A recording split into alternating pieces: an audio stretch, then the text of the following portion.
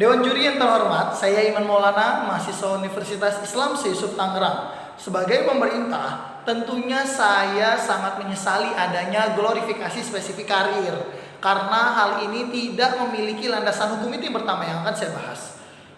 Glorifikasi spesifik karir tidak memiliki landasan hukum karena Undang-Undang Dasar 1945 menjamin setiap masyarakat Indonesia berhak untuk mengembangkan potensi dan karirnya untuk mensejahterakan hidupnya masing-masing.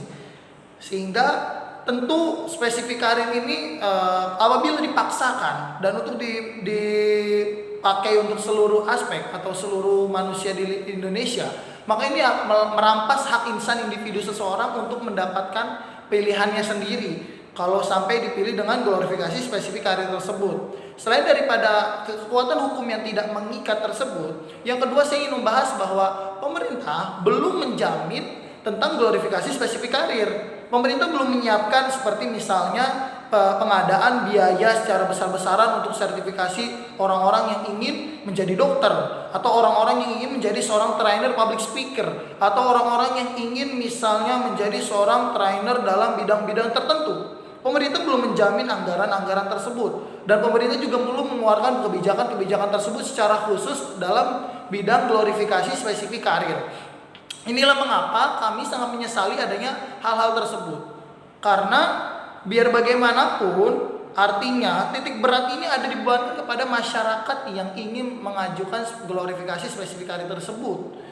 Ketika dibebankan kepada kelompok masyarakat dan masyarakat ingin mengajukan sertifikasi, tentu ini membutuhkan biaya yang cukup mahal. Siapa bilang tadi disampaikan katanya bahwa ini tidak diperlukan biaya, ini misalnya cukup dengan mengikuti kegiatan-kegiatan, dan tidak bisa. Sedangkan dalam pada fakta lapangannya, faktualisasinya, glorifikasi karir ini, spesifik karir ini dibuktikan dengan melalui training di sekolah-sekolah yang dengan biaya cukup mahal, di luar daripada biaya pendidikan formal yang ditetapkan oleh pemerintah yang wajib belajar, baik itu SD, SMP, SMA maupun perkuliahan.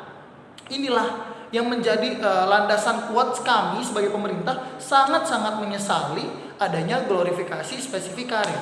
Kemudian yang jadi persoalan dalam glorifikasi spesifik karir ini adalah prosesnya.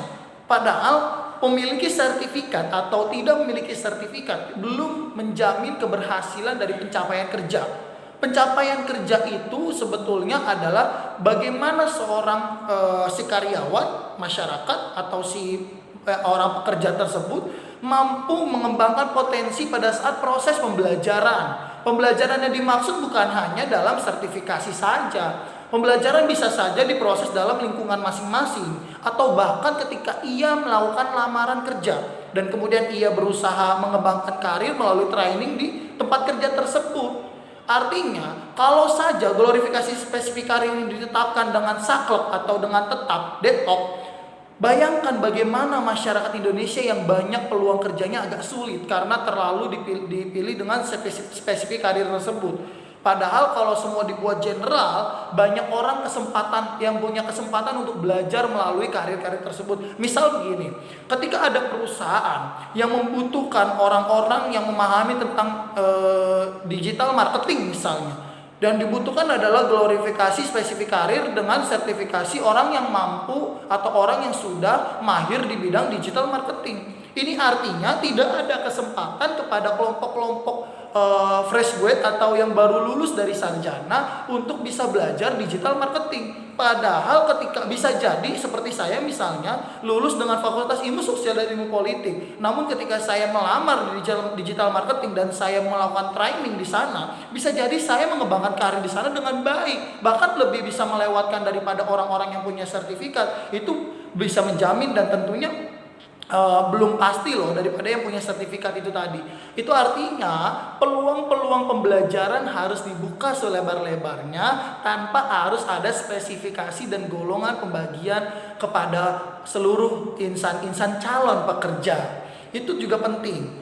Dan ingat bahwa spesifik karir ini memiliki modal yang cukup besar untuk mendapatkannya. Kata siapa tadi bilang ada yang cukup dengan kegiatan ini, dengan kegiatan itu dan lain sebagainya. Faktualisasinya semua membutuhkan modal dan modalnya tidak sedikit. Bahkan angka yang dikeluarkan itu tidak jauh daripada angka pendidikan formal pada umumnya.